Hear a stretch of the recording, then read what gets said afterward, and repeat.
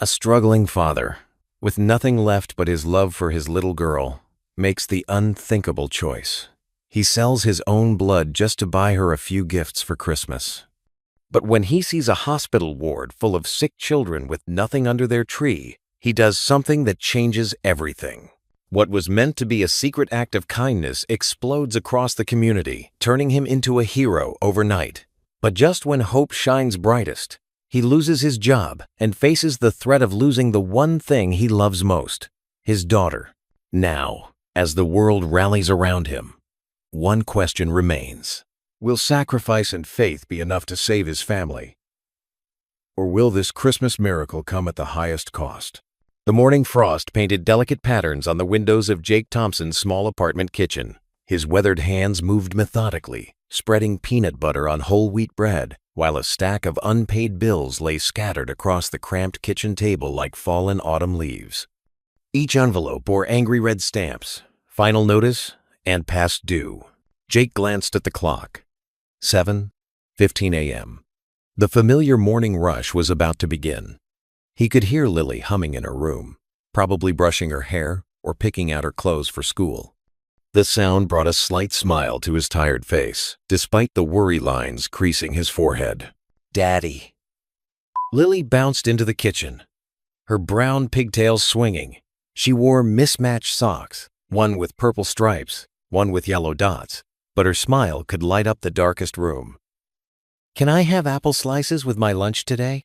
"Coming right up, princess." Jake reached for their last apple, carefully cutting it into perfect crescents the way she liked. His daughter's simple request squeezed his heart. Even basic groceries had become a careful calculation these days. Lily settled at the table, pushing aside some of the bills to make room for her breakfast bowl. Her eyes wandered over the papers, but Jake quickly gathered them up, trying to shield her from adult worries. She was too young to shoulder such burdens. "Daddy," she said quietly, stirring her cereal. At school yesterday, Jenny was talking about all the presents Santa's bringing her. She looked up at him with those big brown eyes, her mother's eyes. "Will Santa remember us this year?" Jake's hand stilled over the lunch bag he was packing. The question hit him like a physical blow. Last Christmas had been sparse, but they'd managed. This year, with the heating bill so high and work hours cut back, he wasn't sure how he'd manage even a single present. "Santa never forgets good kids like you, sweetheart," he managed, his voice rough with emotion. He turned away, pretending to search for something in the cabinet while blinking back tears. "I know he's really busy," Lily continued, her voice full of understanding beyond her years. "Maybe he could just bring something small. I don't need anything big like Jenny's getting." Jake's throat tightened. He remembered Sarah, his late wife, and how she'd always made Christmas magical, even on a tight budget. She'd had a way of turning simple things into treasures. 3 years without her, and he still felt lost sometimes, especially during the holidays. "Time for school, kiddo," Jake said, forcing cheerfulness into his voice. He handed Lily her lunch bag, decorated with a small heart he'd drawn on the paper, their daily tradition. "Bundle up. It's cold out there." At work, the fluorescent lights of the warehouse buzzed overhead as Jake moved boxes from one section to another. His back ached from the constant lifting, but he couldn't afford to slow down. Every hour counted. "Did you hear about the Christmas bonus?" Mike from shipping called out to another worker. "Johnson said it's going to be bigger than last year." Jake's stomach clenched. He'd already learned from his supervisor that temporary workers wouldn't be getting bonuses this year. Another reminder that he was just filling in, not really part of the team, despite months of showing up early and staying late. The day dragged on, each hour marked by the steady beep of forklifts and the thud of boxes. Jake's mind kept wandering to Lily's question about Santa. She deserved so much more than he could give her. Sarah would have known what to do. She always did. That evening, after tucking Lily into bed with a story about magical snow fairies, one of Sarah's old favorites, Jake retreated to his own room. The moonlight filtered through thin curtains, casting shadows on the wall where a single family photo hung in a simple frame. In the picture, Sarah held a toddler Lily on her lap, both of them laughing at something beyond the camera. Jake remembered taking that photo. Remembered Sarah's laugh, the way her eyes crinkled at the corners when she smiled. He touched the frame gently, his calloused fingers tracing the edge. "I don't know how to do this without you," he whispered to the photograph. The silence of the apartment pressed in around him, broken only by the distant hum of traffic and the rattling of the old heating unit. "Lily needs Christmas magic, and I'm coming up empty." He lay back on his bed, still fully dressed, staring at the water stain on the ceiling. The photo of Sarah seemed to watch over him, her frozen smile both comfort and reminder of all he'd lost. In the quiet darkness, he made a promise to both his wife's memory and his sleeping daughter. "I'll make Christmas happen, somehow." The gentle notes of Silent Night drifted through the thin walls of their apartment as Jake opened his heavy eyes. Through the crack in his bedroom door, he could hear Lily's sweet, clear voice mixing with the clatter of her morning routine. A smile tugged at his lips despite the weight in his chest. His daughter's joy was always contagious, even in the darkest times. Jake pushed himself up from the worn mattress, his muscles aching from yesterday's double shift at the warehouse. The December chill had crept into the apartment overnight. He'd turned down the thermostat again to save on heating. Pulling on his old flannel robe, he shuffled toward the bathroom, following the sound of Lily's singing. "Good morning, sweetheart," he called out, his voice still rough with sleep. Lily stood at the bathroom mirror, carefully arranging her hair into uneven pigtails. "Morning, Daddy. Did you hear me practicing? We're singing Christmas songs at the school concert next week." "Sure did, honey. You sound like an angel." Jake reached over and gently fixed her pigtails, his calloused fingers working with surprising gentleness. The morning light caught Lily's face as she beamed up at him, and for a moment she looked so much like her mother that it made his heart ache.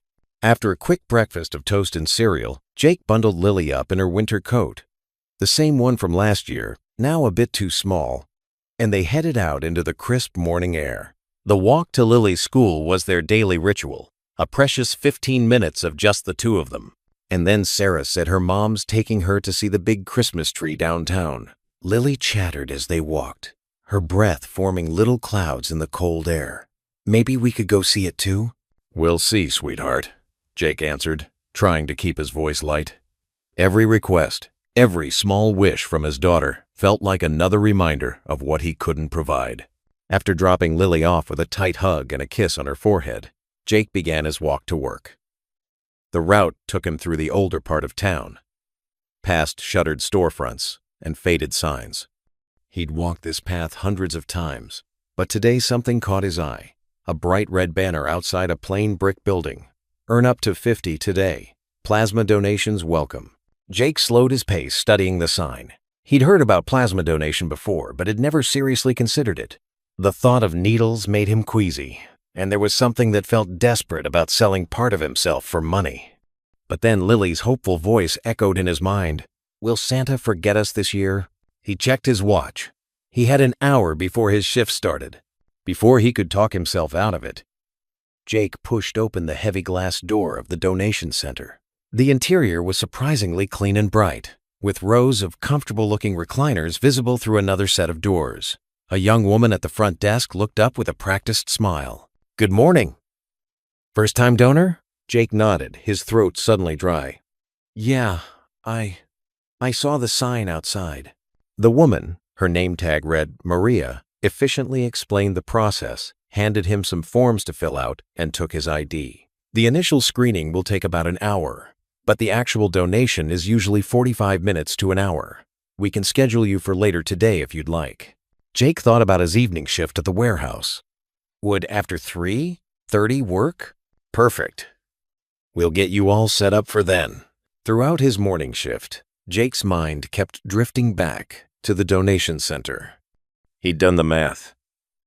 If he could donate twice a week, it would be enough to buy Lily a few modest presents, and maybe even that warm coat she needed. The thought of needles still made his stomach turn, but he kept thinking of Lily's face, of her unwavering belief in Christmas magic.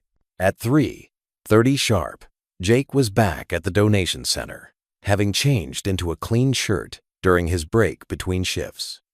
The staff led him through a series of health screenings, and before he knew it, he was reclining in one of the blue chairs, watching as a technician prepared his arm.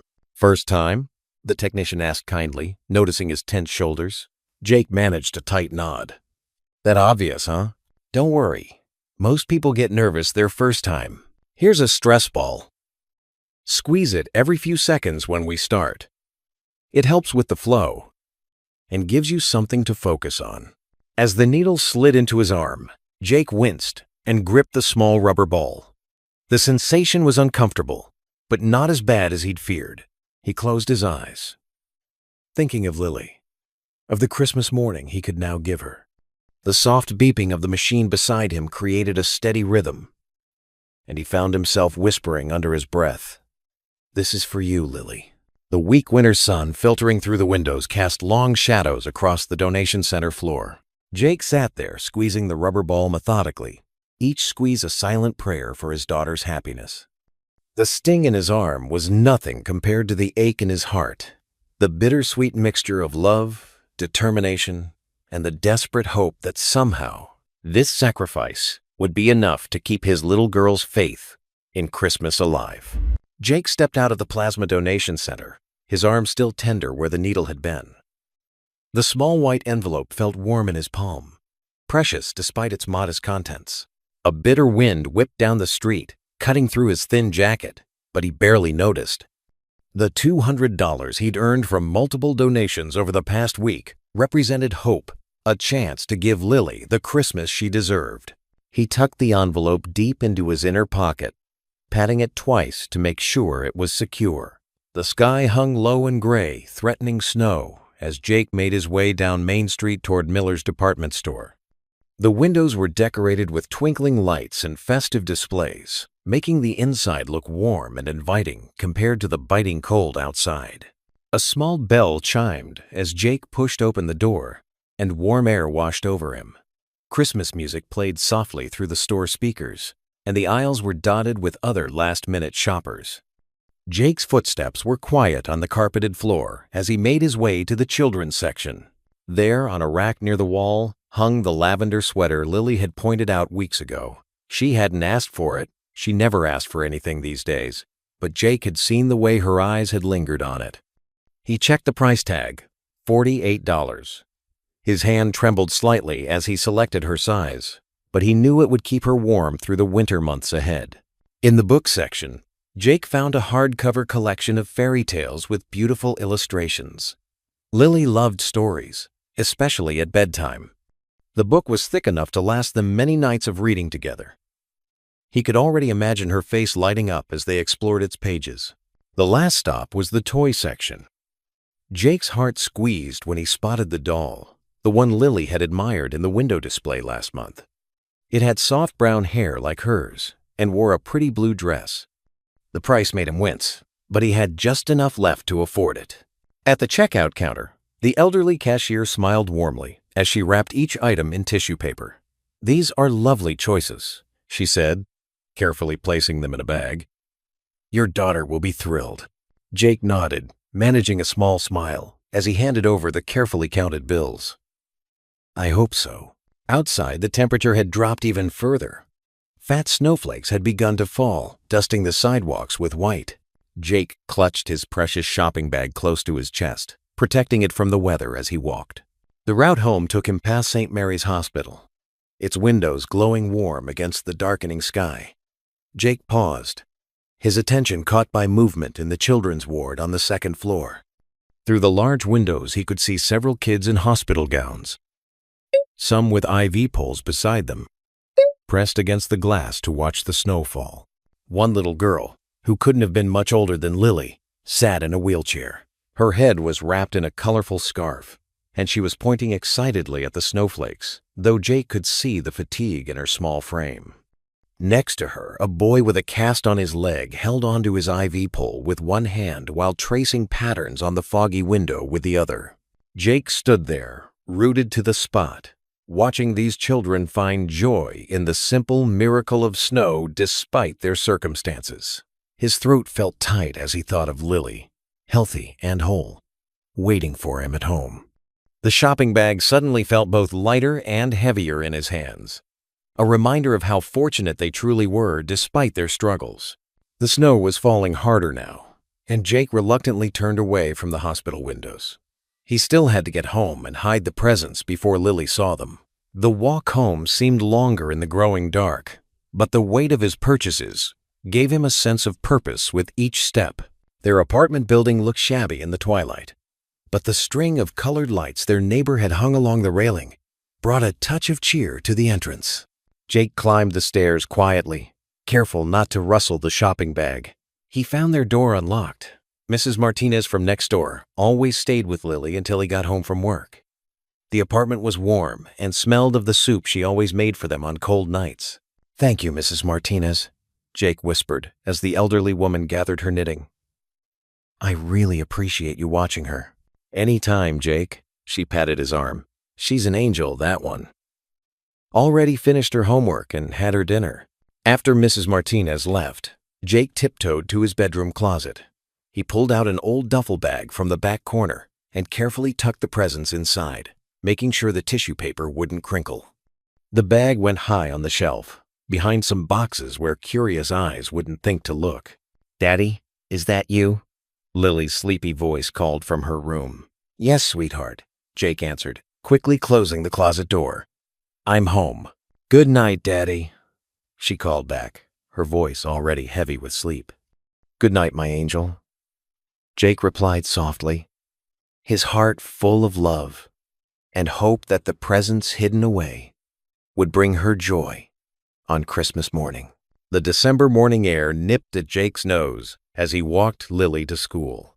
Her small hand felt warm in his as she skipped alongside him, her backpack bouncing with each hop. Her pink winter hat, slightly too big and sliding down over her eyes, made him smile despite his exhaustion from the plasma donations. "Look, Daddy." Lily pointed at holiday decorations in shop windows they passed. "That teddy bear has a Santa hat just like mine." Her eyes sparkled with childhood wonder that made his heart ache with love. "Sure does, sweetheart." Jake adjusted her hat, tucking a stray strand of hair behind her ear. "Having a good morning?" "Uh-huh," Ms. Peterson said. "We're making paper snowflakes today," Lily demonstrated with her free hand, pretending to cut invisible paper. "I'm going to make the prettiest one for our window at home." They reached the school gates where other parents were dropping off their children. Lily gave him a quick hug around his waist, her face pressed against his coat. "Bye, Daddy. Love you." "Love you too, kiddo. Have a great day." Jake watched until she disappeared into the building, her pink hat bobbing through the crowd of students. On his way to work, Jake's path took him past St. Mary's Hospital. The children's ward windows faced the street, and something caught his eye. A nurse in blue scrubs stood on a stepladder, attempting to decorate a small artificial Christmas tree. Even from outside, he could see it was a sparse thing, with gaps between the branches and only a few ornaments. Jake slowed his pace, watching as another nurse joined the first one. Their voices carried through the partially open window. "It's not much of a tree, is it, Maria?" the second nurse said, handing up a tangle of tinsel. "Better than nothing," Maria replied, trying to spread the tinsel evenly. "I just wish we could do more. Most of these kids won't get any presents this year. Their families are stretched thin with medical bills." "I know. Did you see Tommy's face yesterday when his mom told him they couldn't afford both his medication and Christmas gifts?" Jake's feet stopped moving entirely. He stood there, watching as Maria stepped down from the ladder and surveyed their work. The tree still looked sad, despite their efforts. Through the window, he could see children in hospital beds, some with IV poles beside them, others wearing masks. A little girl about Lily's age sat in a wheelchair, watching the nurses work on the tree with longing in her eyes. The image stayed with him all day at work, while operating his forklift, stacking boxes in the warehouse, eating his simple lunch of peanut butter sandwich. He couldn't shake the thought of those children. Every time he pictured Lily's excitement about Christmas, his mind flickered to the kids who wouldn't experience that joy. The remaining money from his plasma donations burned in his pocket. He'd planned to use it for groceries, maybe put some toward the heating bill. But those children's faces haunted him. He thought of Lily, safe and healthy at home, and how blessed he was despite their struggles. After his shift, Jake found himself walking into the dollar store. He moved through the aisles slowly, calculating costs in his head. Small stuffed animals for 2 each. Coloring books and crayons for 1. Toy cars, simple puzzles, activity books. He carefully selected items that would bring smiles without breaking his limited budget. The cashier raised her eyebrows at the pile of toys. "Someone's gonna have a nice Christmas," she commented as she scanned each item. Jake just nodded, watching the total climb. When she finished, he handed over most of his remaining plasma money. The receipt showed he'd bought enough small gifts for 15 children. It wasn't much, simple toys that probably wouldn't last past New Year's. But it was something. At home, after Lily had gone to bed, Jake sat on his bedroom floor, surrounded by the gifts. He carefully wrapped each one in paper he'd saved from last year, writing Merry Christmas on small cards but leaving them unsigned. His fingers, rough from warehouse work, fumbled with the tape and scissors. But he took his time to make each package look special. The old duffel bag from his high school days still had his name faded on the side. Jake packed each gift carefully inside, arranging them so nothing would get crushed. When he finished, he zipped the bag closed and slid it under his bed, next to Lily's wrapped presents. Sitting on the edge of his bed, Jake rubbed his tender arm where the needle marks from the plasma donations were still visible. The duffel bag under his bed represented half of his Christmas money, money he couldn't really spare. But when he closed his eyes, he saw those children in the hospital ward, looking at that sparse little tree. He thought of Lily's joy when she found presents under their own small tree, and how every child deserved to feel that magic. "Sometimes," he whispered to himself, touching the worn photo of his late wife on the nightstand, "you have to give, even when you think you have nothing left to give." The scent of pancakes filled their small kitchen on Christmas Eve morning. Jake flipped another golden brown circle onto Lily's plate, watching as her eyes grew wide with delight. She sat at their worn kitchen table, her legs swinging beneath her chair, unable to contain her excitement. "These are the best Christmas Eve pancakes ever, Daddy," Lily declared, drowning her stack in syrup. A drop landed on her nose, and Jake reached over with a napkin to wipe it away.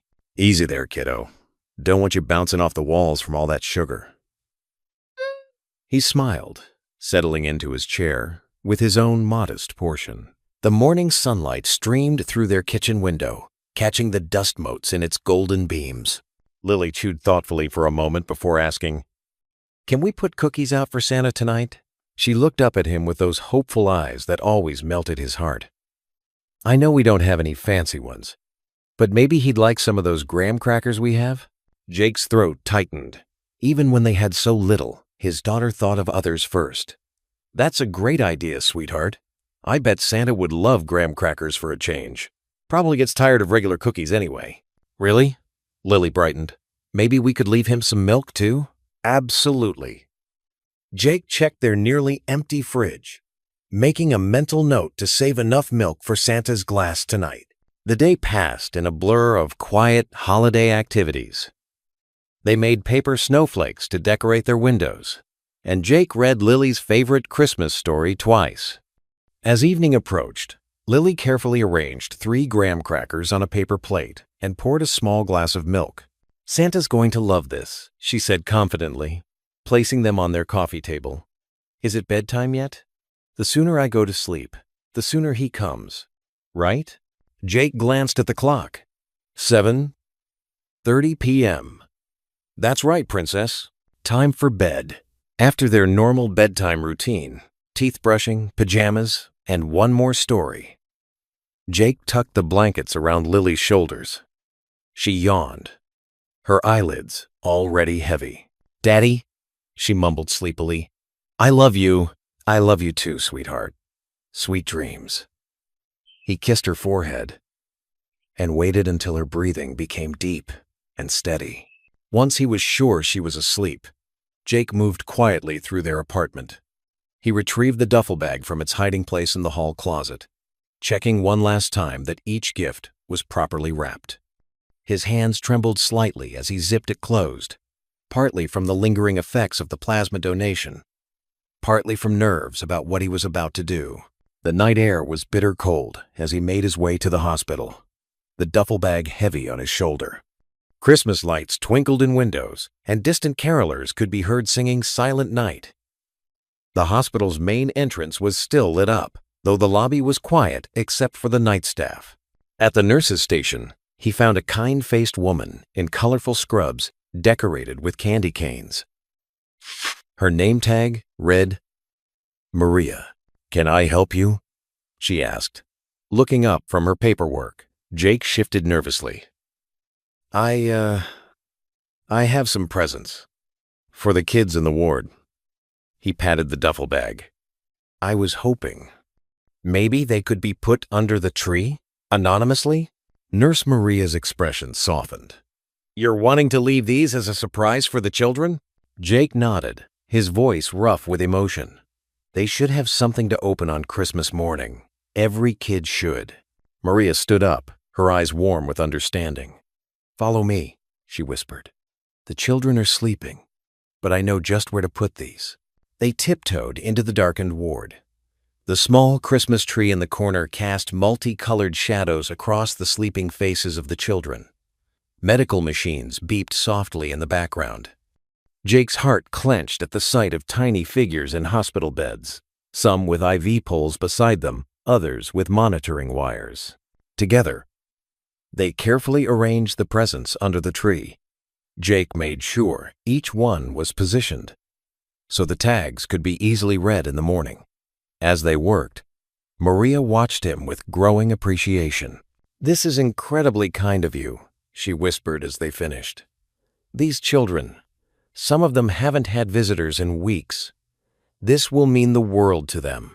Jake shrugged, uncomfortable with the praise. Just seemed like the right thing to do. As they walked back to the nurse's station, Maria discreetly pulled out her phone and snapped a photo of the tree with its new collection of presents. Jake didn't notice, already heading for the exit with his empty duffel bag. "Merry Christmas," he said softly to Maria, before slipping out into the night. The walk home seemed shorter somehow, despite his exhaustion. The weight of the empty bag was nothing compared to the lightness in his heart. As he climbed the stairs to their apartment, he could almost imagine his late wife smiling down at him, approving of what he'd done. Inside, Jake checked on Lily. She was still sound asleep, her face peaceful in the dim light filtering through her window. He bent down and kissed her forehead gently, breathing in the sweet smell of her shampoo. "Merry Christmas, my sweet girl," he whispered. In the living room, he ate the graham crackers and drank the milk Lily had left out, careful to leave a few crumbs as evidence of Santa's visit. Then he placed her presents, the sweater, storybook, and doll, under their small, artificial tree. Finally, Jake crawled into his own bed, his body aching from the long day but his heart full.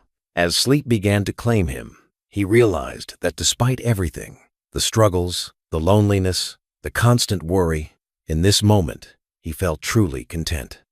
Whatever tomorrow might bring, tonight he had managed to spread a little joy, not just for his own child, but for others who needed it too.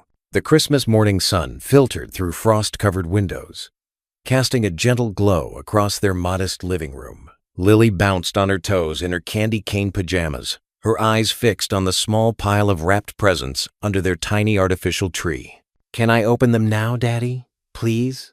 Her voice trembled with excitement as she clutched her worn teddy bear. Jake nodded, his heart swelling at her enthusiasm. "Go ahead, sweetheart." Lily dove toward the presents with unbridled joy. Her small fingers tore through the carefully wrapped paper, revealing the sweater he'd chosen, soft pink, with tiny silver stars scattered across the front. Her eyes widened as she hugged it against her chest. "It's so pretty." She slipped it on right over her pajamas, twirling around the living room. Jake settled into their threadbare armchair, drinking in every moment of her happiness. When she unwrapped the storybook, her face lit up, even brighter. "The Princess and the Paper Birds. I remember this one from the bookstore." She ran her fingers over the cover illustration, tracing the golden details. But it was the doll, the one she'd pressed her nose against the store window to see so many times, that brought tears to her eyes. "Daddy," she whispered, holding it close. "Santa knew exactly what I wanted." Jake swallowed the lump in his throat. "Of course he did, Princess. You've been so good this year." Across town at St. Mary's Hospital, Nurse Maria Lopez was starting her morning shift in the children's ward. She couldn't stop smiling as she watched the young patients comparing their mysterious gifts. Little Tommy showed off his toy car to everyone who passed by, while Sarah hugged her new plush unicorn. Maria pulled out her phone and opened her social media account. She carefully arranged the photo she'd taken last night, the pile of wrapped presents under the ward's tree, and began typing. Last night, a Christmas miracle happened at St. Mary's Children's Ward. An anonymous donor, our very own Mystery Santa, brought gifts for every child here. In a world that can seem dark sometimes, one person's kindness lit up an entire hospital. Christmas miracle, Mystery Santa, hope for humanity. She hit post and continued her rounds, not thinking much more about it. By early afternoon, Jake was helping Lily try on her new sweater for the third time when his phone buzzed. A text from his cousin in Oregon. "Jake, is this your hospital? This story is everywhere." Confused, Jake opened the link. His breath caught in his throat.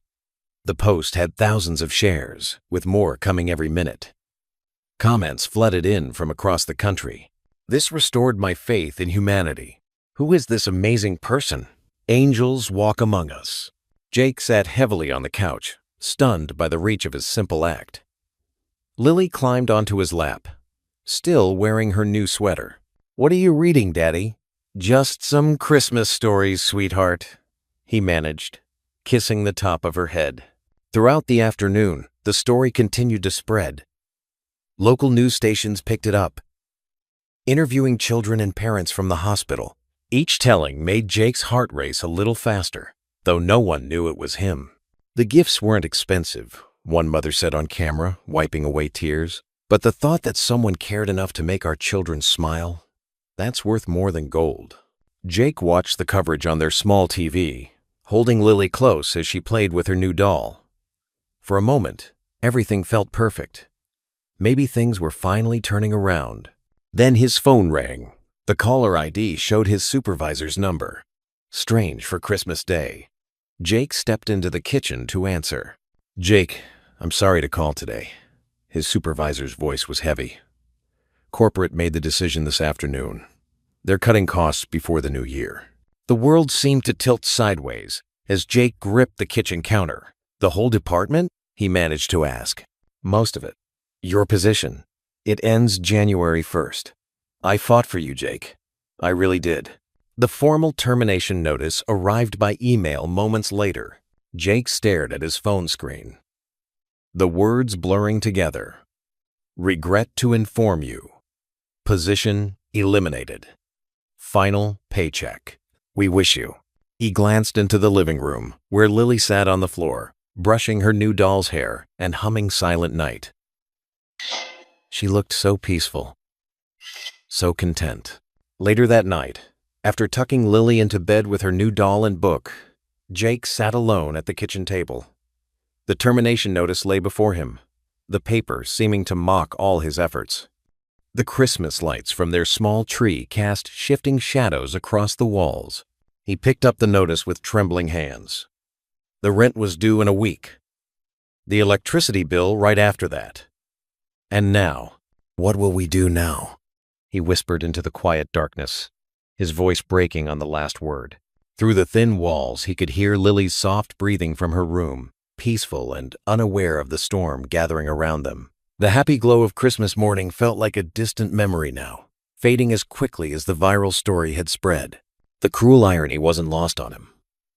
While thousands of people praised his anonymous generosity online, he sat alone at his kitchen table, wondering how he would keep a roof over his daughter's head. The termination notice crumpled slightly in his grip as he stared at it, the words unchanging no matter how long he looked. Jake woke to an insistent knocking at his apartment door. He glanced at the clock, 8:15 a.m. Lily was still asleep, worn out from yesterday's Christmas excitement. The knocking came again. More urgent this time. Running a hand through his disheveled hair, Jake shuffled to the door in his old flannel pajamas and worn slippers. When he opened it, he found Mrs. Martinez from apartment 3B, holding a steaming casserole dish. "Good morning, Jake. I saw the news. You're the one who brought those gifts to the children's ward." Her eyes sparkled with warmth. Jake's mouth fell open. How did you? "It's all over social media, dear. The nurse posted security camera footage of you sneaking in, like Santa himself." She pressed the casserole into his hands. "Chicken enchiladas. My grandmother's recipe." Before Jake could respond, more footsteps echoed in the hallway. Mr. Chen, from the floor above, appeared with a Tupperware of dumplings. Behind him, the elderly couple from across the hall carried grocery bags. "We saw what you did," Mr. Chen said, smiling broadly. "Even though times are hard for you and Lily." Jake's eyes burned with unexpected tears. I don't know what to say." "Don't say anything." Mrs. Martinez patted his arm. "Just accept that people want to help the man who helped others." The sound of small feet padding across the apartment made Jake turn. Lily stood in her Christmas pajamas, rubbing sleep from her eyes. Daddy, what's happening? "Your father is a hero, little one," Mr. Chen told her, making Lily's eyes grow wide. Throughout the morning, more neighbors stopped by. Some brought food, others small envelopes with whatever cash they could spare. Each time the doorbell rang, Lily would run to answer it, proudly announcing, "That's my daddy. He was the secret Santa." Around noon, Pastor Samuel Green arrived, his kind face creased with a warm smile. "Jake Thompson, you've stirred up quite a movement in our little community." Jake invited him in, clearing space at the kitchen table crowded with casseroles and baked goods. Lily sat cross-legged on the floor, sorting through the cards people had brought. "I didn't do it for attention," Jake said quietly. Those kids in the hospital." Pastor Green nodded. "The purest acts of kindness are those done without expectation of recognition. That's why your story has touched so many hearts." He leaned forward. "The church would like to organize a fundraiser for you and Lily." "Oh no, I couldn't," Jake started to protest. "Daddy," Lily interrupted, coming to stand beside his chair.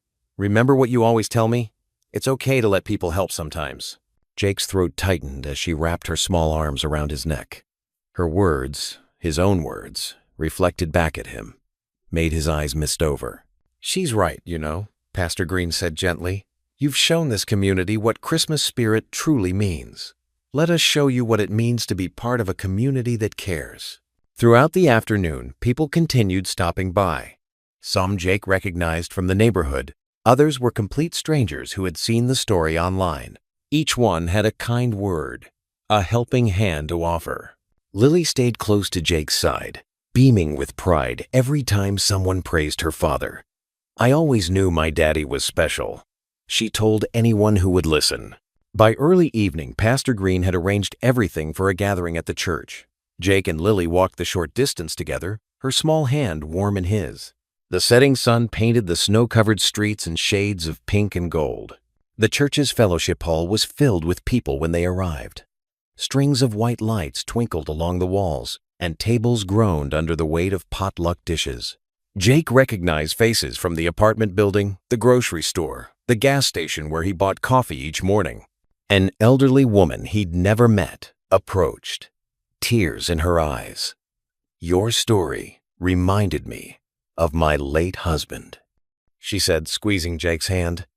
"He would have done exactly what you did. You reminded us what Christmas is about."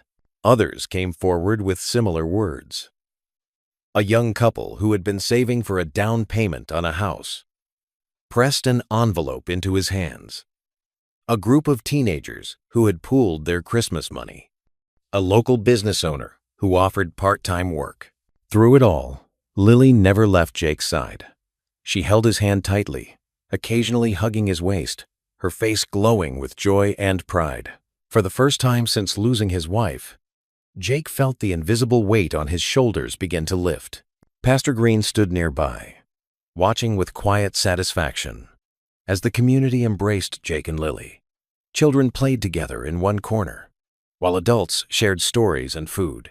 The atmosphere was warm, with genuine care and connection. "Look, Daddy," Lily whispered, pointing to where someone had hung the nurse's viral photo of Jake delivering gifts to the hospital. "That's you being Santa."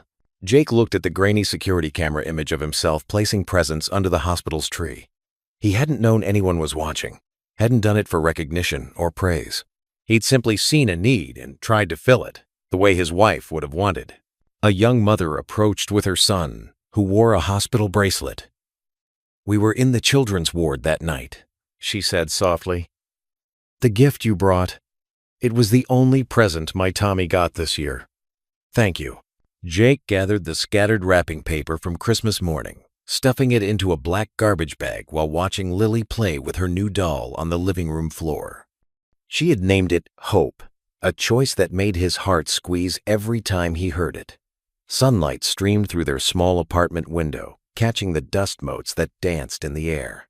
"Hope needs a house," Lily announced, already busy arranging sofa cushions into walls. Her face glowed with concentration as she worked, reminding Jake so much of her mother that it hurt. "Just don't use all the cushions, sweetheart.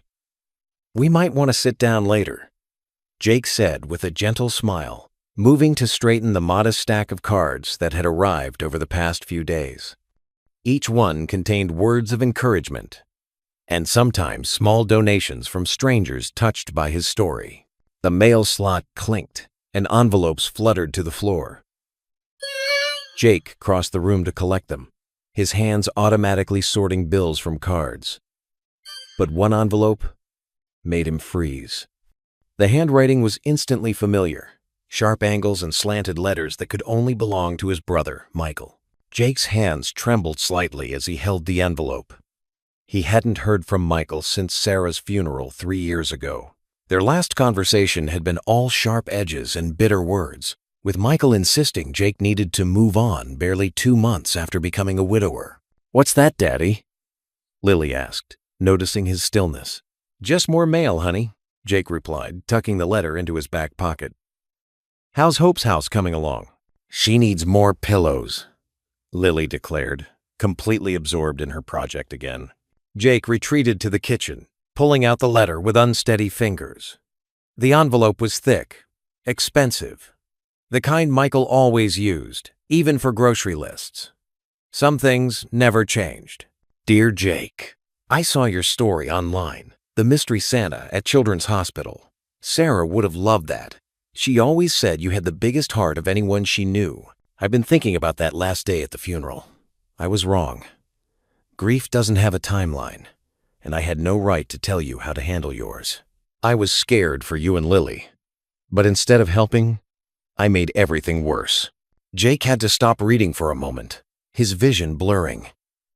He remembered that day clearly, standing in the cemetery, Lily clutching his hand, while Michael lectured him about pulling himself together and considering Lily's future. The words had cut deep, especially coming from his only remaining family. The letter continued, "I miss my brother. I miss my niece. The company I work for is opening a branch in your city, and I'll be relocating there next month. I know I have no right to ask, but I'd like to try to make things right. I understand if you want nothing to do with me. I'll respect that. But if you're willing, I'd like to be part of your lives again. Love, Michael. P.S. I've enclosed something that belongs to you." Jake reached into the envelope and pulled out a photograph he thought he'd lost years ago. Him and Michael as kids, arms around each other's shoulders, grinning at the camera with their father's fishing boat behind them. The edges were worn, but the memory was crystal clear. "Daddy, are you crying?" Lily's small voice startled him. She stood in the kitchen doorway, Hope dangling from one hand. "No, sweetie," Jake said, quickly wiping his eyes. "Just thinking about something." "Is it a sad something?" Jake looked at his daughter, so perceptive, so much like her mother. Sometimes things can be sad and happy at the same time. Like when we look at pictures of Mommy. Lily nodded sagely, understanding in that unique way children sometimes do. She walked over and wrapped her arms around his waist. Want to see Hope's house? I made room for a family. Jake stroked her hair, the letter heavy in his other hand. Sure, honey. Let's see it. The rest of the day passed in a blur of domestic moments. Dinner, dishes, bedtime stories. But Michael's words kept echoing in Jake's mind. After tucking Lily in, he found himself sitting by the window, staring out at the city lights while holding the creased letter. The photograph lay on the windowsill, moonlight silvering the edges. Two brothers, once inseparable, now strangers. Jake remembered the fishing trips, the shared secrets, the way Michael had been his best man at his wedding to Sarah. He remembered, too, the way Michael had held him up when their parents died, how he'd been there for every important moment until grief had carved a canyon between them. Maybe it's time, Jake whispered, his words barely audible in the quiet apartment. The fluorescent lights of Wilson's grocery store buzzed overhead as Jake pushed a shopping cart down the cereal aisle. Lily skipped alongside him, her pigtails bouncing with each step. The gift cards from the community felt like precious treasures in his wallet. A lifeline he never expected, but desperately needed. Can we get the one with the marshmallows? Lily asked, pointing to a bright box with a cartoon character on the front. Her eyes sparkled with hope, something Jake hadn't seen enough of lately. Sure, sweetheart, Jake said, reaching for the cereal. But remember, we need to get the important stuff first. Lily nodded solemnly, though her smile never dimmed. Like vegetables? Exactly like vegetables. Jake ruffled her hair. Want to help me pick out some carrots? They made their way to the produce section, where Lily insisted on checking each carrot for perfect crunchiness. Jake couldn't help but chuckle at her serious expression as she examined them one by one. These small moments, just him and his daughter doing ordinary things, felt extraordinary somehow. Look, Daddy. Lily held up 2 carrots that had grown twisted together. They're dancing. Dancing carrots? Well, we definitely need those. Jake placed them in their cart, along with some potatoes, onions, and a head of lettuce that Lily declared looked like a tiny green cloud. As they moved through the store, Jake carefully tracked their total in his head. The gift cards were generous, but he wanted to make them last. Still, he allowed himself to add a few treats to their cart, things he normally couldn't afford. A package of cookies made Lily squeal with delight, and he picked up some hot chocolate mix for their evening ritual of bedtime stories. Can we get these? Lily asked, holding up a package of strawberries. They were expensive for the season, but the way her face lit up made it hard to say no. Those look pretty good, Jake said, checking the price. But let's make sure they're sweet ones. He showed her how to look for the ripest berries, something Sarah had taught him years ago. The memory of Sarah hit him unexpectedly. She'd loved strawberries. Always said winter ones were worth the splurge because they reminded her of summer. Jake blinked hard and focused on Lily's excited chatter about making strawberry pancakes. At the checkout line, Jake started unloading their cart while Lily helped, proudly arranging items on the conveyor belt. The cashier, an older woman with kind eyes, smiled at Lily's enthusiasm. Someone's being a good helper, she said, scanning their groceries. I'm the best helper, Lily declared. Right, Daddy? The very best, Jake agreed, his heart swelling with love for his daughter. That's when he noticed the man in the next line, well-dressed, probably around his age, with 2 kids about Lily's age. The man was casually swiping a credit card for a cart full of groceries and what looked like new video games. His children chatted excitedly about their purchases, and the man showed no sign of worry about the total climbing on his screen. Jake felt a familiar twist in his stomach, that sharp mix of shame and inadequacy that had become his constant companion. Here he was, using donated gift cards to buy basic groceries, while other fathers could provide so easily for their children. The community's generosity suddenly felt like a spotlight on his failures. Sir? The cashier's voice brought him back to the present. Would you like paper or plastic? Oh, paper, please, Jake mumbled, fumbling with the gift cards. His hands felt clumsy as he handed them over, aware of other customers behind him.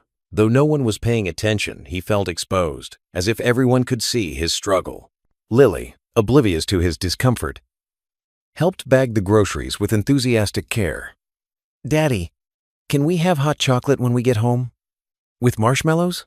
Sure, Princess, Jake managed, forcing his voice to stay light. He noticed the other father glancing their way, probably wondering why a grown man was paying with gift cards. Or maybe that was just his own insecurity talking. The walk home was cold, but brightened by Lily's constant chatter. She swung the lightest bag back and forth, telling Jake about her plans for the strawberries and how Hope the doll would love having tea parties with real cookies now. In their apartment, they put away the groceries together, making it into a game. Lily insisted on arranging the cans by color, creating what she called a rainbow shelf. Jake let her, grateful for these moments when her joy could push back against his doubts. They had hot chocolate with dinner, and Lily got chocolate mustache that made them both laugh. But even as Jake smiled, the image of that other father lingered in his mind. Would Lily eventually notice the difference between their life and her friends' lives? Would she resent him for not being able to provide more? Bath time and pajamas followed their usual routine, but Jake's thoughts kept drifting. He tucked Lily into bed, making sure her newest doll was settled beside her. The room was cozy in the soft glow of her nightlight, walls decorated with her drawings and a string of fairy lights they'd put up together. "Story time?" Lily asked, snuggling under her covers. "One story," Jake agreed, reaching for her favorite book. The pages were worn from countless readings, but Lily never tired of it. As he read, Lily's eyes grew heavy, but she fought sleep as she always did. When he finished the story, she looked up at him with those eyes that could melt his heart instantly. "Daddy?" she murmured sleepily. "Yes, sweetheart? I'm glad Santa picked you." Jake felt his throat tighten as he forced a smile. "Time for sleep, Princess," he said softly, kissing her forehead and adjusting her blanket one last time. The children's ward at Memorial Hospital looked different on New Year's Eve.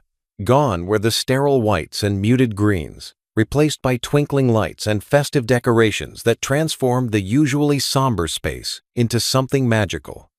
Jake held Lily's hand as they walked through the decorated hallway, following a nurse named Sarah who had helped him that Christmas Eve night. "Everyone's so excited to see you both," Sarah said, looking back with a warm smile. "We've been planning this for days." Lily squeezed Jake's hand tighter, practically bouncing with each step. She wore her new sweater, the one he'd bought with his plasma money, and had insisted on wearing the sparkly headband their elderly neighbor had given her for Christmas. "Daddy, look at all the balloons!" Lily pointed to clusters of silver and gold balloons that lined their path. As they rounded the corner to the ward's common room, Jake stopped in his tracks. The space had been transformed into a winter wonderland.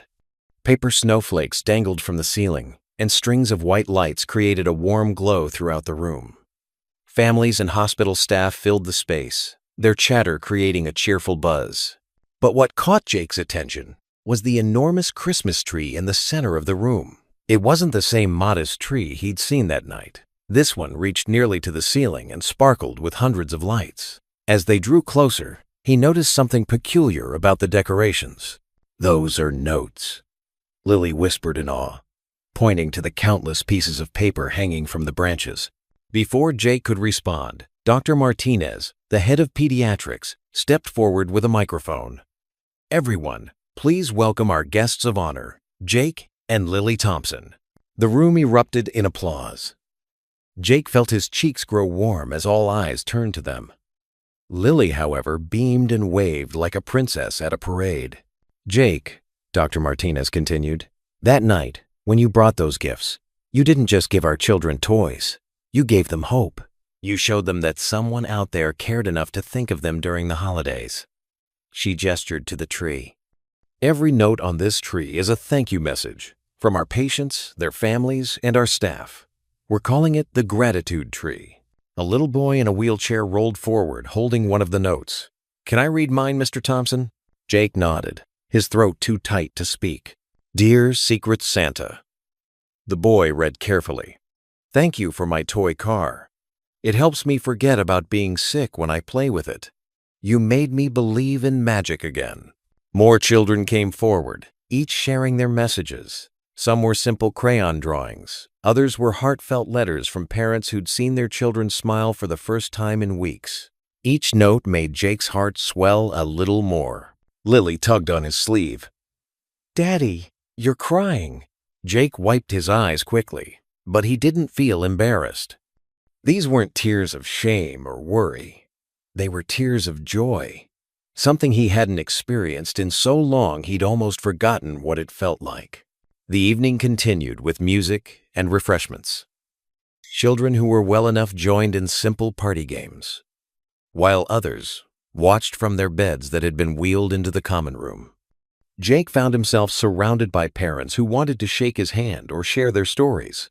My daughter wouldn't stop talking about her new stuffed rabbit, one mother told him, her eyes glistening. It was the first night she slept through without crying. A father clasped his shoulder. Sometimes it's the smallest acts of kindness that make the biggest difference. Throughout it all, Lily stayed close, proudly introducing herself as the daughter of the Secret Santa. She played games with the other children, shared cookies with the nurses, and kept running back to Jake to give him quick hugs, as if making sure he was still there. As midnight approached, the staff opened the blinds of the large windows facing the city. Several nurses helped children into wheelchairs or carried them to the windows where they could see the skyline. The excitement in the room was palpable as everyone began the countdown. 10, 9, 8. Jake lifted Lily onto his hip so she could see better. She wrapped her arms around his neck, her face glowing with happiness. 7, 6, 5. He thought about where they'd been just a week ago, him desperate and afraid, selling his plasma just to give his daughter a Christmas. Now, here they were, surrounded by new friends, part of something bigger than themselves. 4, 3, 2, 1. Happy New Year! The sky exploded with color as fireworks burst above the city. Red, gold, and green sparkles reflected in the windows and in Lily's wide eyes. Jake held her close, their faces illuminated by the spectacular display. This is our fresh start, he whispered in her ear, and she hugged him tighter in response. They stayed like that, father and daughter, watching the fireworks paint the sky with possibility. For the first time in years, Jake felt something he'd almost forgotten. Hope. Not just the desperate hope of survival, but the bright, warm hope of better days ahead.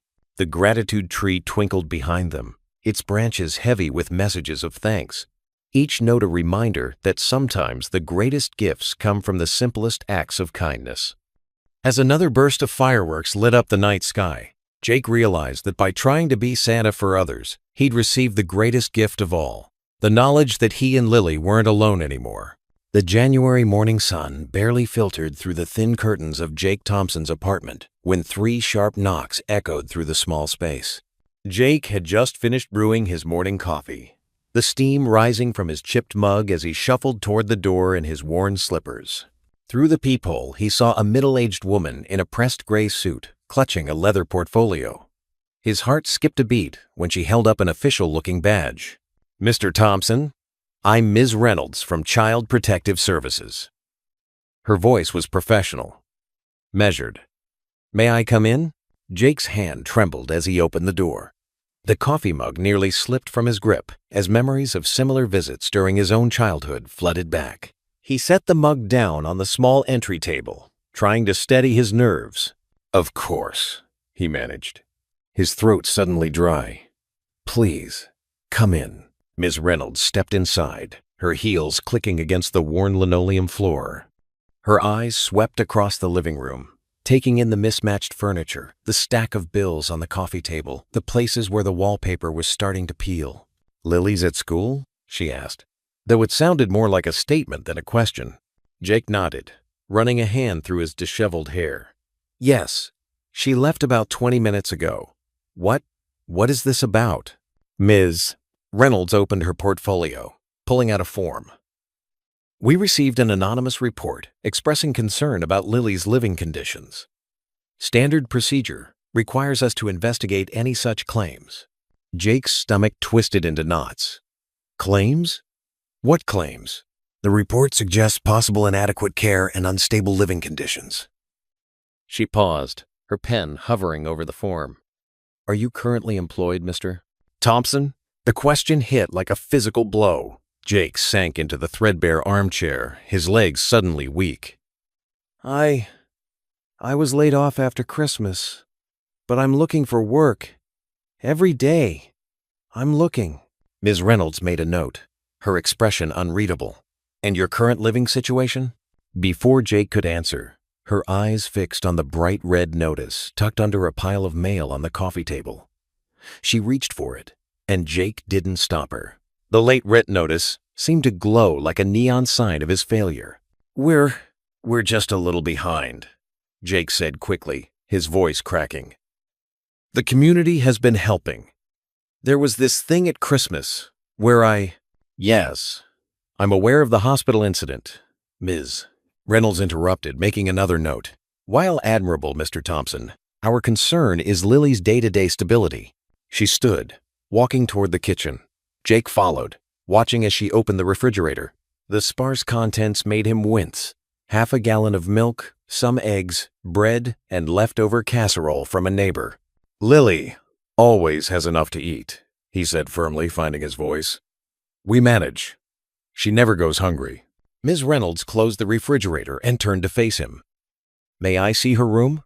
Jake led her down the short hallway to Lily's small bedroom. The walls were decorated with her drawings, bright splashes of crayon art that made the tiny space feel warmer. Her bed was neatly made. Jake had taught her that. And her few toys were arranged carefully on a shelf. She's a good student, Jake said quickly, pointing to a perfect spelling test pinned to the wall. Straight as. The teachers love her. She's happy, Ms. Reynolds. She's loved. Ms. Reynolds wrote something else in her portfolio, then turned to Jake. Mr. Thompson, I need to be direct. Your current situation raises several red flags. No steady income, potential housing instability. She paused, her professional demeanor softening slightly. I can see you care deeply for your daughter, but good intentions aren't always enough. Jake's chest tightened. What? What happens now? We'll need to schedule a formal evaluation. In the meantime, I strongly suggest you secure employment and address the housing situation. She handed him a card. These are resources for job placement and housing assistance. I'll be back next week for a follow-up visit. Jake walked her to the door, his legs feeling like lead. As she stepped out, she turned back. Mr. Thompson, for what it's worth, I hope you can turn things around. Lily clearly has a father who loves her very much. The door closed with a soft click, but to Jake, it sounded like thunder. He stood there, staring at the chipped paint, until his vision blurred with tears. The apartment felt impossibly empty and quiet. Jake walked back to Lily's room in a daze, sitting on her small bed. His hand traced the worn quilt, one of the few things left from his late wife. The walls seemed to close in around him as the reality of the situation sank in.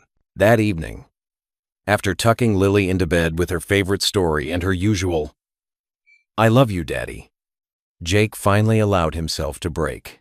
He sat at the kitchen table, where just weeks ago they had celebrated Christmas together, and buried his face in his hands. They can't take her, he whispered into the darkness, his voice raw with emotion. She's all I have.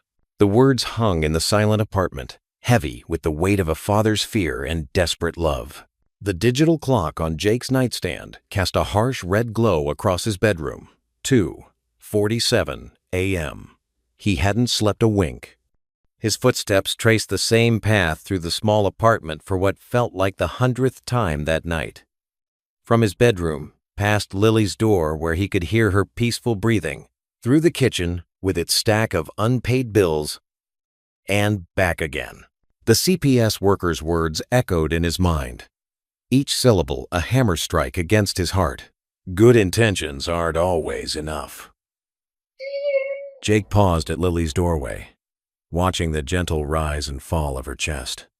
Her stuffed bear had fallen to the floor, and he quietly picked it up, tucking it back under her arm. By 4 a.m., the walls of the apartment felt like they were closing in. Jake scribbled a quick note. "Gone for a walk, back before you wake up. Love, Dad," and left it on the kitchen counter. He grabbed his coat and stepped out into the pre-dawn darkness. The January air bit at his face as he walked without direction, his breath forming clouds in the darkness. Street lamps cast pools of yellow light on the empty sidewalks. His feet carried him through familiar streets until he found himself standing before St. Matthew's Church, its stone facade looming against the star-speckled sky. Jake hadn't set foot in a church since Sarah's funeral. The memory of that day, Lily clutching his hand, barely understanding why Mommy wasn't coming home, made his chest ache. But something drew him up the worn stone steps. The heavy wooden door creaked open. The sanctuary was dark, except for the eternal flame flickering near the altar and a few votive candles. The silence wrapped around him like a heavy blanket. Jake's footsteps echoed as he walked down the center aisle. The familiar smell of wood polish and old hymnals brought back memories of Sunday mornings with Sarah. Before everything fell apart, he stopped at the front pew, his hand resting on the smooth wood. After a moment's hesitation, he knelt. The padding was worn thin, and the hardwood floor pressed against his knees. Jake closed his eyes, his hands clasped so tightly his knuckles turned white. His voice cracked in the silence. He cleared his throat and tried again. "I know. I haven't been here in a long time. I was angry when you took Sarah." "Maybe I still am." He swallowed hard. "But this isn't about me. It's about Lily." His words came faster now, tumbling out like water from a broken dam. "She's such a good kid. She deserves better than what I can give her. I know that. But she's happy. She smiles every day. She still believes in magic and goodness and—" His voice broke. "Please, don't let them take her away. I'm not asking for myself. I don't care what happens to me. Just keep her safe. Keep her happy. That's all I'm asking." Tears rolled down his cheeks, dropping onto his clasped hands. "She's all I have left of Sarah. She's everything good in my life. Please." The quiet shuffling of feet behind him made Jake quickly wipe his eyes. He turned to see Pastor Green standing in the aisle, his kind face illuminated by the soft candlelight. "Jake," the pastor said softly, "I thought I heard someone come in." Jake started to stand, embarrassed to be caught in such a vulnerable moment. But Pastor Green gestured for him to stay seated as he lowered himself into the pew beside him.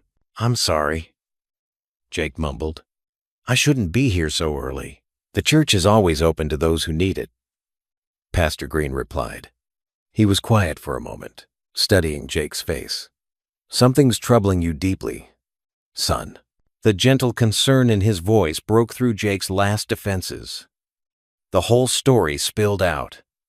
The CPS visit, the threat of losing Lily, his desperate fear of failing as a father. Pastor Green listened without interruption, his weathered hands folded in his lap. When Jake finished, the older man nodded slowly. "Faith isn't just about believing in good times, Jake. It's about holding on during the storms." He placed a steady hand on Jake's shoulder. "You're not alone in this. The same community that rallied around you at Christmas hasn't gone anywhere."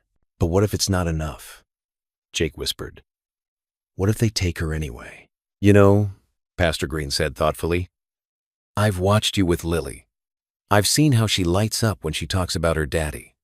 That kind of love. It's not something any report can measure." He squeezed Jake's shoulder. "God sees your heart, Jake. He sees your struggle and your sacrifice. Sometimes he sends help through the people around us." They sat in comfortable silence for a few minutes, watching the eternal flame dance in the darkness. The first hints of dawn were beginning to paint the stained glass windows in muted colors. "Come by my office later today," Pastor Green said as he stood. "I know some people who might be able to help with the job situation. And Jake, He waited until Jake met his eyes. Keep praying. Even if the words don't come easily, he's listening. Jake nodded, his throat tight with emotion. He stayed kneeling for a few more minutes after Pastor Green left, watching the sun slowly illuminate the sanctuary. The crushing weight in his chest had lifted slightly, replaced by something fragile but precious, a small spark of hope. The walk home felt different. The same cold wind blew, but it didn't seem as bitter. The same problems waited for him, but they didn't feel quite as insurmountable. As Jake quietly unlocked his apartment door, he could hear Lily still sleeping peacefully in her room. He sank into his armchair, emotionally drained from the sleepless night and the prayer that had cost him so much pride to offer. But somewhere in the exhaustion, that tiny spark of hope remained. Maybe, just maybe, they would find a way through this storm together. The morning sun filtered through frost-covered windows as Jake stood in the kitchen, mechanically making Lily's lunch. His hands trembled slightly as he spread peanut butter on bread, his mind still echoing with prayers from the night before. The sound of Lily's footsteps padding down the hallway made him quickly straighten his shoulders and force a smile. "Morning, sweetheart," he said, keeping his voice steady. "Did you remember to pack your homework?"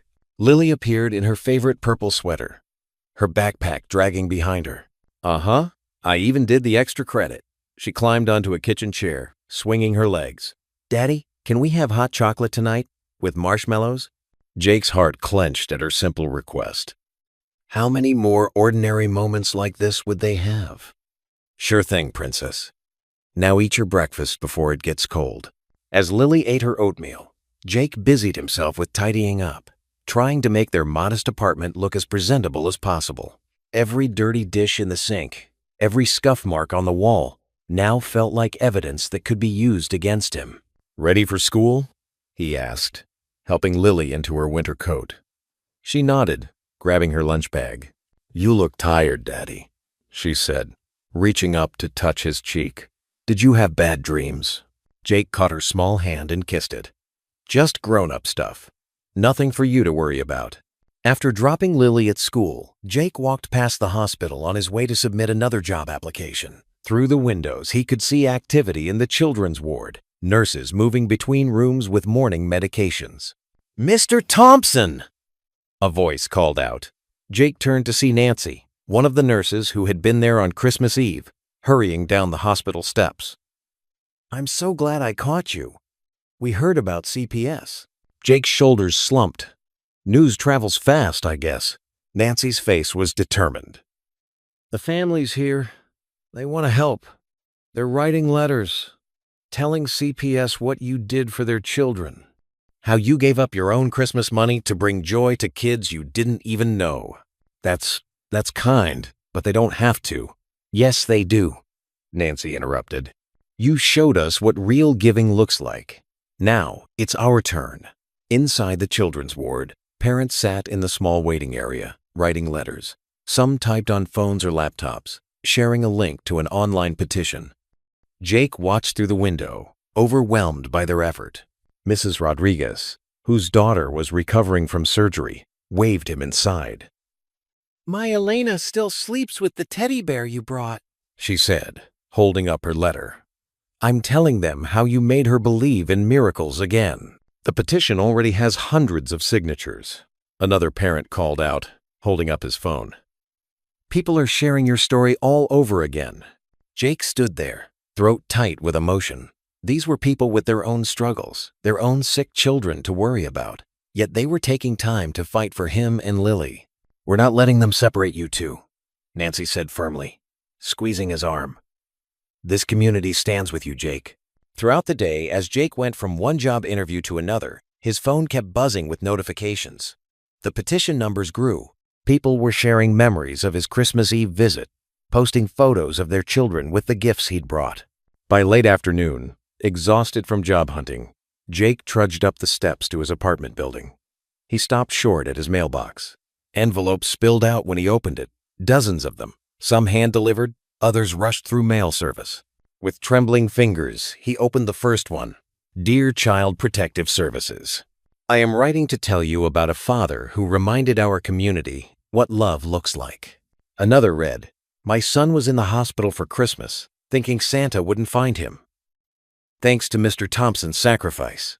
Letter after letter told stories of hope, of kindness, of a father who had so little but gave anyway. Parents, nurses, doctors, community members, all vouching for his character, his dedication to Lily, his impact on their lives. Jake sank down on the steps, letters scattered around him like fallen snow, each one a testament to the ripples his simple act of kindness had created. For the first time since the CPS visit, he felt something stronger than fear, the warmth of a community's love wrapping around him and Lily like a protective shield.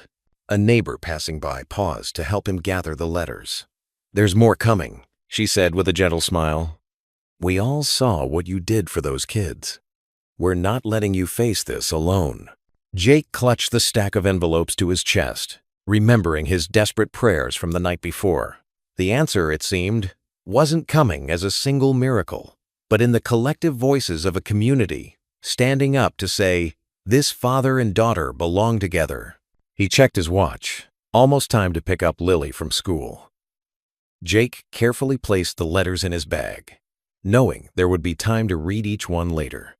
For now, he had a hot chocolate date to keep with his daughter, and somehow the world felt a little less dark than it had that morning. Jake's fingers fumbled with his tie as he stood before the bathroom mirror, his reflection showing dark circles under his eyes from another sleepless night. The borrowed suit from Pastor Green hung slightly loose on his frame, a reminder of the weight he'd lost from stress these past weeks. Here, Daddy, Lily's small voice called from the doorway. I made you something. She held up a crayon drawing of two stick figures holding hands, one tall, one small, surrounded by wobbly hearts. At the bottom, in careful child's printing, she had written, I love my daddy. Jake's throat tightened as he knelt down to hug her. Thank you, sweetheart. It's beautiful. Can I color while we wait? Lily asked, clutching her worn coloring book and box of crayons. Of course. Jake guided her to the kitchen table, where she settled in contentedly, selecting a bright purple crayon.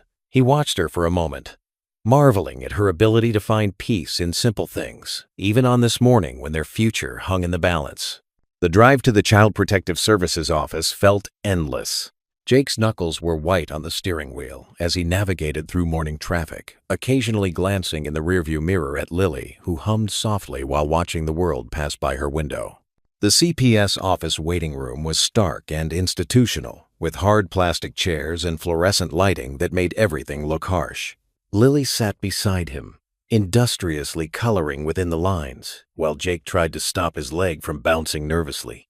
Ms. Reynolds, the CPS worker, appeared precisely at 9 a.m. Mr. Thompson, we're ready for you now.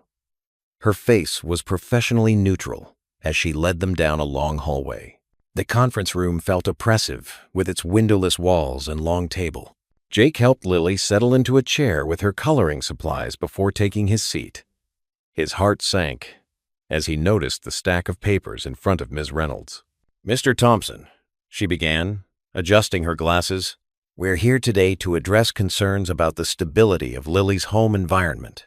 Our report indicates irregular employment, potential housing insecurity, and… A knock at the door interrupted her. Nurse Maria Lopez stepped in, still wearing her hospital scrubs. I'm sorry I'm late, she said firmly. I came straight from my shift. Before Ms. Reynolds could respond, Pastor Green entered behind her, followed by three parents Jake recognized from the children's ward. His confusion must have shown on his face because Maria gave him a reassuring smile. We're here to speak on Jake's behalf, she explained to Ms. Reynolds.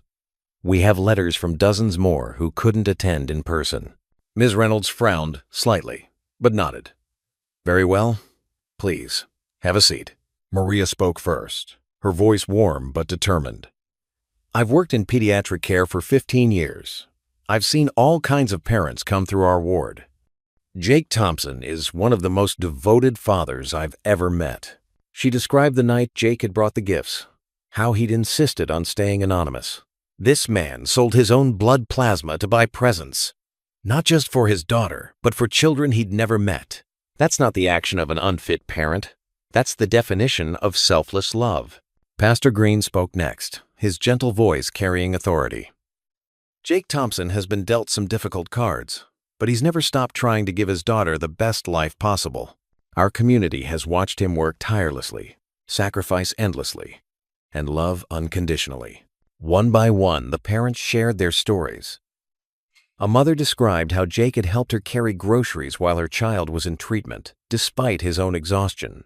Another spoke about catching him reading stories to the children in the ward during his lunch break. Throughout it all, Lily continued coloring peacefully, occasionally glancing up at her father with complete trust in her eyes. Jake felt tears threatening and blinked them back, overwhelmed by the outpouring of support. Ms. Reynolds listened intently, taking notes.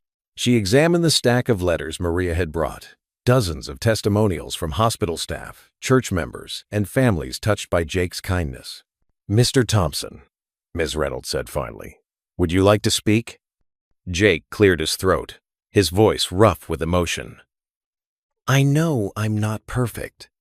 I know our situation isn't ideal. But Lily is my whole world. Everything I do, every sacrifice, every struggle, it's all for her. She deserves better than what I can give her. But I promise you, no one will ever love her more than I do." Lily looked up from her coloring book then, reaching over to take his hand.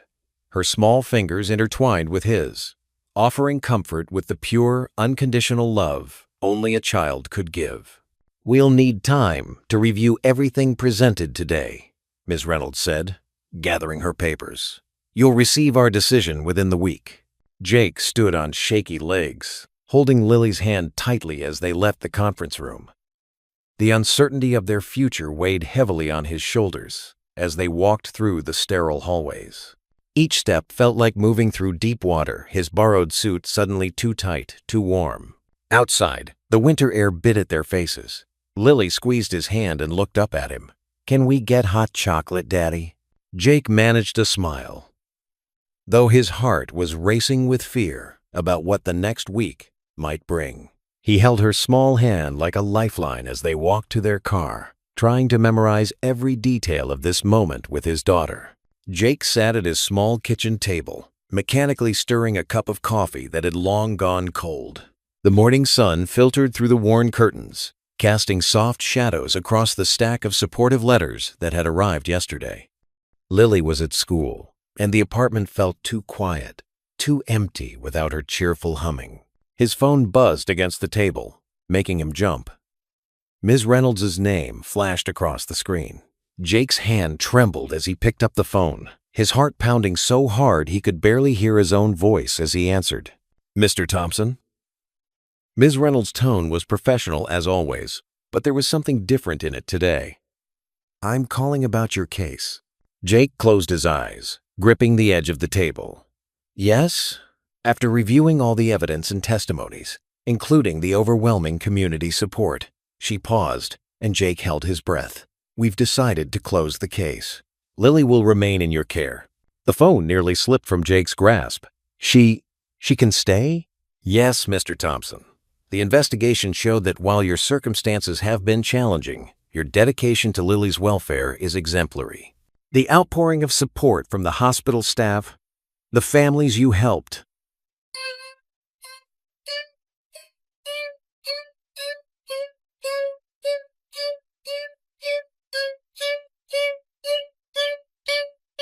that you have a strong support system."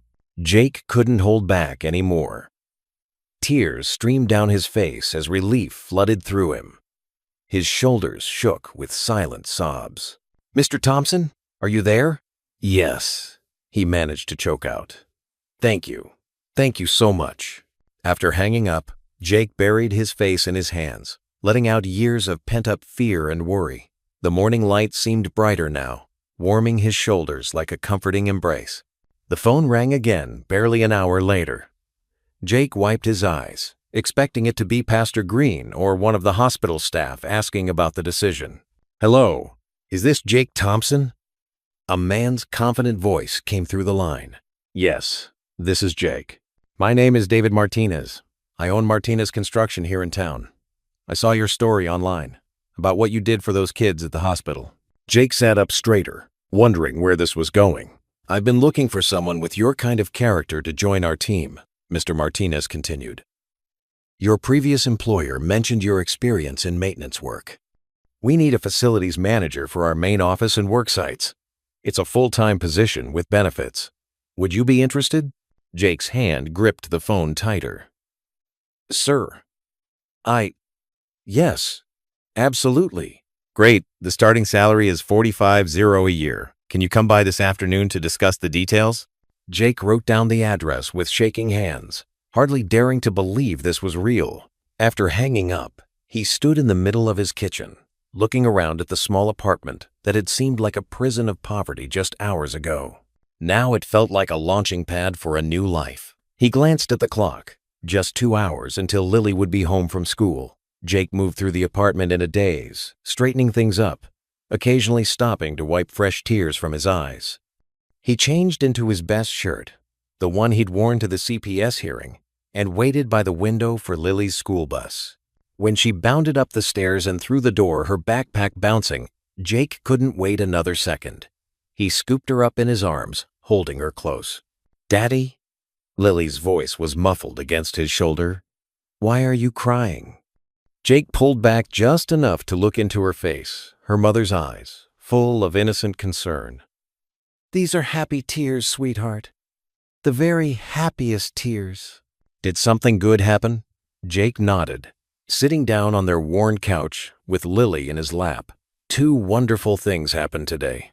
First, Ms. Reynolds called. She said, we don't have to worry anymore. You and me, we're going to stay together. Lily's face lit up. Really? Forever and ever? Forever and ever, Jake confirmed, his voice thick with emotion. And I got a new job today. A better one, where I can take care of us properly. Lily threw her arms around his neck. I knew everything would be okay, Daddy. I asked Santa for it. Jake held her tighter, remembering that cold night when he delivered those gifts to the hospital, how close he'd come to losing everything, and how that one act of kindness had set off a chain of events that saved them both. We're going to be okay, sweetheart, he whispered into her hair, feeling the truth of those words deep in his soul. We're going to be okay. Lily snuggled closer, humming a Christmas carol under her breath, and Jake closed his eyes, savoring this moment of pure joy. The afternoon sun streamed through the window, warming them both, and for the first time in years, Jake felt nothing but gratitude and hope for their future together. The knock on the door came just as Jake was folding the last of Lily's clean laundry. He wasn't expecting anyone, and a familiar anxiety crept into his chest. These days, unexpected visitors usually meant more complications. But when he opened the door, his breath caught in his throat. There stood Michael Thompson, his younger brother, looking exactly like and nothing like the man Jake remembered. Same dark hair and Thompson jawline, but his face was softer somehow, marked by years and worry lines Jake had never seen before. In his hand was the crumpled letter he'd sent weeks ago. Hey, big brother, Michael said quietly, shifting his weight from one foot to the other. He held up a brown paper bag in his other hand. I brought coffee beans. Remember how Mom always said important talks need good coffee? Jake stood frozen for a moment, memories washing over him. The last time he'd seen Michael was at Sarah's funeral 3 years ago. They'd argued in the church parking lot, harsh words thrown like weapons, both too broken to handle the other's grief. Come in, Jake finally managed, stepping aside. His apartment suddenly felt smaller, more cluttered. He was acutely aware of the worn couch, the faded wallpaper, all the things that showed how hard these years had been. Michael walked in slowly, taking in the space. His eyes landed on Sarah's photo on the wall, and his shoulders tensed. I should have come sooner, he said softly. I saw the story online about what you did at the hospital. It was such a Sarah thing to do. Jake's throat tightened at the mention of his late wife. He busied himself with the coffee maker, grateful for the distraction. Lily's at school, he said, though Michael hadn't asked. She'll be home soon. How is she? Michael asked, his voice gentle. He set the paper bag on the counter and pulled out a bag of premium coffee beans. I've missed so much. Does she remember me at all? Jake measured the beans carefully, the familiar ritual helping steady his hands. She was 6 when Sarah. He paused, took a breath. Sometimes she looks at old photos and asks about you. The coffee maker hummed to life, filling the kitchen with its rich aroma. Both brothers stood in awkward silence until Michael spoke again. I was wrong, Jake. At the funeral, what I said about you not taking care of Sarah enough, about working too much. I was just hurting and stupid and looking for someone to blame. Jake gripped the counter, the words he'd carried for years finally spilling out. I did work too much. Maybe if I'd been home more. I noticed the symptoms sooner. Stop, Michael cut in firmly. Sarah had cancer, Jake. You didn't cause it, and you couldn't have prevented it. You were doing your best to provide for your family. I see that now. The coffee maker beeped, and Jake poured 2 cups, black, just like they used to drink it during their weekend fishing trips years ago. They moved to the small kitchen table, both cradling their mugs like lifelines. I brought something else, Michael said, reaching into his jacket pocket. He pulled out a small wrapped package. For Lily, it's not much, but the sound of a key in the lock made them both turn. The door swung open, and Lily bounded in, her backpack bouncing. She stopped short at the sight of the stranger at her table. Lily, Jake said softly, this is your Uncle Michael, my brother. Remember the pictures we looked at? Lily's eyes went wide, darting between Jake and Michael. She clutched her backpack straps tighter, suddenly shy. Michael stood slowly, as if approaching a nervous deer. Hi, Lily, he said, his voice wavering slightly. I've been wanting to meet you for a long time. He held out the wrapped package. I brought you something. If that's okay. Lily looked at Jake for permission. At his nod, she stepped forward and carefully took the package. Her small fingers worked at the wrapping paper until she revealed a soft, honey-colored teddy bear wearing a tiny red bow tie. He reminded me of the one your dad had when we were kids, Michael explained. Old Theodore, remember Jake? The one you let me sleep with during thunderstorms? A giggle escaped Lily's lips as she hugged the bear. Did Daddy really have a teddy bear? Oh, did he ever? Michael grinned, settling back into his chair. Want to hear about the time he took Theodore camping and accidentally left him in a tree? Lily's shyness melted away as she pulled up a chair, eager for stories about her father's childhood. Jake watched as Michael launched into the tale, his hands gesturing animatedly, Lily's laughter filling the apartment. The afternoon sun streamed through the window, casting a warm glow over the scene. Jake sipped his coffee, letting the familiar sound of his brother's voice wash over him. He watched Lily lean against Michael's arm as he showed her pictures on his phone of their old family dog, her new teddy bear clutched tight against her chest. For the first time in years, the hole in Jake's heart felt a little less empty. The weight of being Lily's only family, of carrying all their memories alone, began to lift. Here was Michael, bringing back pieces of their shared past, creating new memories with Lily, building bridges across the gaps grief had torn between them. Jake studied his daughter's face, bright with joy as she listened to another story. He looked at his brother, whose eyes shone with unshed tears every time Lily called him Uncle Mike. In that moment, Jake felt a profound gratitude for second chances, for the mysterious ways life could bring healing when you least expected it. The afternoon light softened, and still they sat together, 3 Thompsons and a teddy bear, weaving their broken pieces back into something whole. Jake pulled into the small parking lot of their apartment complex, his new work badge still hanging around his neck. The familiar sight of their second-floor window glowing with warmth made him smile. Even from down here, he could hear Lily's laughter drifting through the walls, probably at something Uncle Michael had said. His brother had been visiting more frequently since their reconciliation, making up for lost time. The stairs creaked under his feet as he climbed them, his lunchbox tucked under one arm. The sound of his key in the lock brought immediate footsteps rushing to the door. Daddy's home, Lily called out, throwing the door open before he could turn the handle completely. She wrapped her arms around his waist, her face pressed against his work jacket. "Hey, sweetheart," Jake said, ruffling her hair. The apartment smelled like fresh-baked cookies, probably Mrs. Henderson's recipe from next door. She'd been teaching Lily how to bake on weekends. Michael stood up from where he'd been sitting at their small kitchen table, covered with Lily's homework and art supplies. "Hey, little brother," he said with a grin. "How was the new job today?" Jake set his lunchbox down on the counter, taking in the scene before him. Their apartment had transformed over the past weeks. What once felt empty and cold now burst with life and color.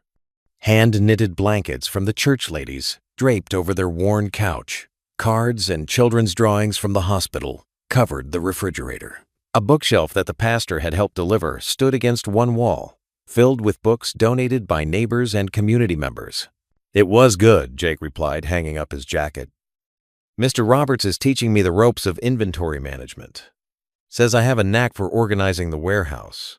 "That's because you're the best at everything, Daddy," Lily declared, already pulling out her latest art project to show him.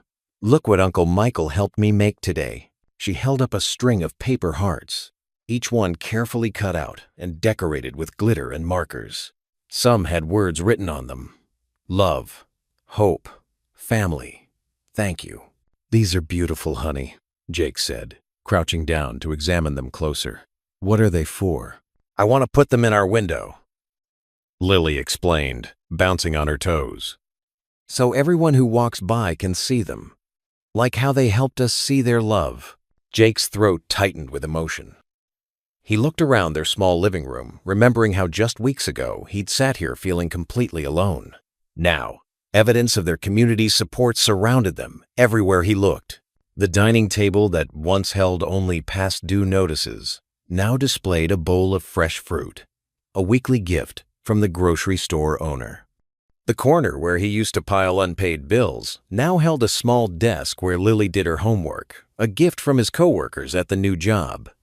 Even the walls seemed warmer, decorated with framed photos that Michael had helped hang, including some of Jake's late wife that he'd finally felt strong enough to display again. "That's a wonderful idea, sweetheart," Jake said, standing up. "Why don't we hang them up right now?" Michael grabbed the tape while Lily carefully arranged the hearts on the window glass. Jake lifted her up so she could reach the higher spots, her small fingers pressing each heart firmly in place. The setting sun caught the glitter, making the hearts sparkle. "Remember when you used to lift me up like that to decorate?" Michael asked quietly, watching them. "Mom would always say we were making the house prettier than Christmas." Jake nodded, memories washing over him. "I didn't realize how much I missed those times until you came back," he admitted. "Lily needs her family, all of her family. I'm just sorry it took your story going viral for me to wake up," Michael replied, squeezing his brother's shoulder. "But I'm here now, and I'm not going anywhere." Lily stepped back to admire her work, the string of hearts creating a rainbow of colors across their window. "Perfect," she declared. "Now everyone will know our house is full of love." As if on cue, Mrs. Henderson walked past outside, pushing her shopping cart. She looked up at their window and smiled broadly, waving at Lily. The little girl waved back enthusiastically. "See?" Lily said, tugging on Jake's hand. "It's working already." Jake watched as more neighbors passed by, each one looking up at their window with warm smiles and waves. He remembered the cold December morning when he'd first walked into that plasma donation center, feeling like the weight of the world rested solely on his shoulders.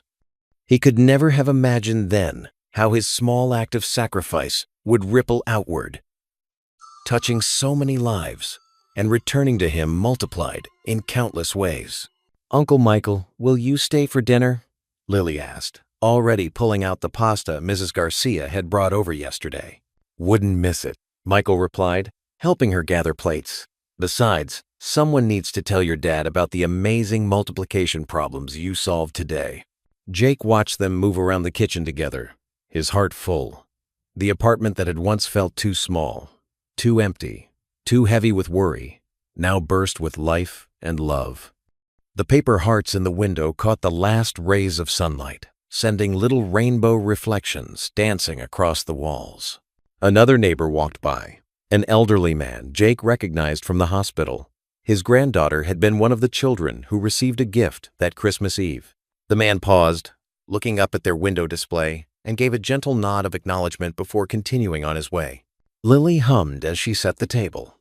The same Christmas carol she'd been singing that morning when Jake first thought of donating plasma. But now, instead of the tune highlighting their loneliness, it felt like a celebration, a reminder that even the smallest acts of love could grow into something beautiful and unexpected. "Dinner's almost ready," Lily announced proudly, carefully placing forks beside each plate. Jake smiled, watching his daughter move confidently through their transformed home. She paused at the window to adjust one of the hearts that had slipped slightly askew, making sure it caught the light just right. Outside, more neighbors passed by, each one looking up, each one smiling at the simple display of love and gratitude. The soft glow of Christmas lights danced across Jake and Lily's faces as they sat together on their worn but cozy couch. A year had passed since that life-changing Christmas, and their small apartment felt different now, warmer, fuller with love and memories. The modest Christmas tree sparkled in the corner, decorated with a mix of store-bought ornaments and handmade crafts Lily had created at school. Jake held the familiar storybook in his hands, the same one he'd bought Lily last Christmas with his plasma donation money. Its corners were slightly worn now from countless readings, but that only made it more precious. Lily snuggled closer to her father, her head resting against his arm as he turned the pages. "Remember when you got me this book, Daddy?" Lily asked, her finger tracing the colorful illustrations. Her voice carried that sweet, dreamy quality that always made Jake's heart swell. "I sure do, sweetheart," Jake replied, his voice soft with memory. "It feels like yesterday, and forever ago, all at once." Lily yawned, fighting to keep her eyes open. "That was the Christmas when you helped all those kids at the hospital?" She smiled proudly. "And when everyone found out what a good daddy you are." Jake swallowed the lump in his throat, remembering the desperation he'd felt that night and the unexpected way his small act of kindness had transformed their lives. The steady job he now had, the reconnection with his brother, the strengthened bonds with their community, all of it stemmed from that one decision to give when he had so little to give. "Time for bed, princess," Jake said, noticing Lily's heavy eyelids. "Santa's coming tonight." Lily sat up straight, suddenly more awake. Jake set the book aside and lifted Lily into his arms, carrying her to her bedroom just as he had when she was smaller. Her room looked different now, too. Bright pictures on the walls, cards from her uncle pinned to a corkboard, and the doll from last Christmas sitting proudly on her shelf. "You know what, Lily?" Jake said as he tucked her under her warm blankets. "Santa never forgets children like you, children with big hearts who care about others." "Like you taught me, Daddy," Lily mumbled sleepily, her eyes already closing. Jake smoothed her hair back from her forehead. "Santa knows exactly where to find good children who believe in magic and kindness. And you, my sweet girl, have more magic in your heart than anyone I know." He watched as Lily's breathing deepened, a small smile playing on her lips as she drifted into dreams of Christmas morning. Jake sat on the edge of her bed for a moment longer, taking in the peaceful scene. The street light outside cast a gentle glow through her window, and somewhere in the distance, church bells chimed softly, rising quietly. Jake made his way to the living room window. He stood there, watching as snow began to fall in gentle flurries, each flake catching the light of the street lamps below. His thoughts turned to Sarah, his late wife, and he felt that familiar ache in his chest.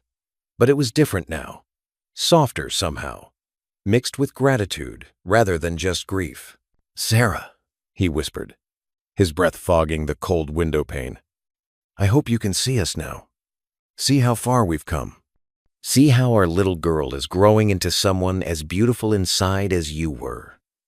He pressed his hand against the cool glass, watching the snow transform their neighborhood into a winter wonderland. Thank you for watching over us last Christmas when everything seemed so dark, for giving me the strength to keep going. The room was quiet, except for the soft ticking of the clock and the distant sound of carolers somewhere down the street. Jake's reflection in the window showed a man changed from a year ago.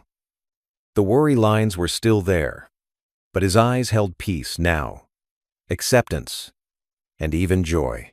Looking back at their modest Christmas tree, Jake smiled at the small pile of presents beneath it. This year, they weren't bought with desperate measures or last-minute sacrifices. They were chosen with care and purchased with honest work, wrapped in bright paper with Lily's name written in his best handwriting. Turning back to the window, Jake watched another swirl of snowflakes dance past. His voice was barely above a whisper as he spoke. "Santa just asked me to deliver the gifts." The words felt right, settling in his heart like the snow settling on the ground outside. For the first time in years, Jake felt completely at peace. The snow continued to fall silently outside their window, each flake adding to the blanket of white that would greet Lily in the morning.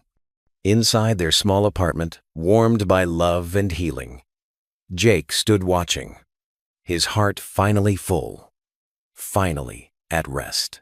The Christmas lights twinkled steadily in their window, a beacon of hope in the gentle December night as Jake Thompson, father, provider, and quiet hero, found his own Christmas miracle in the simple gift of peace.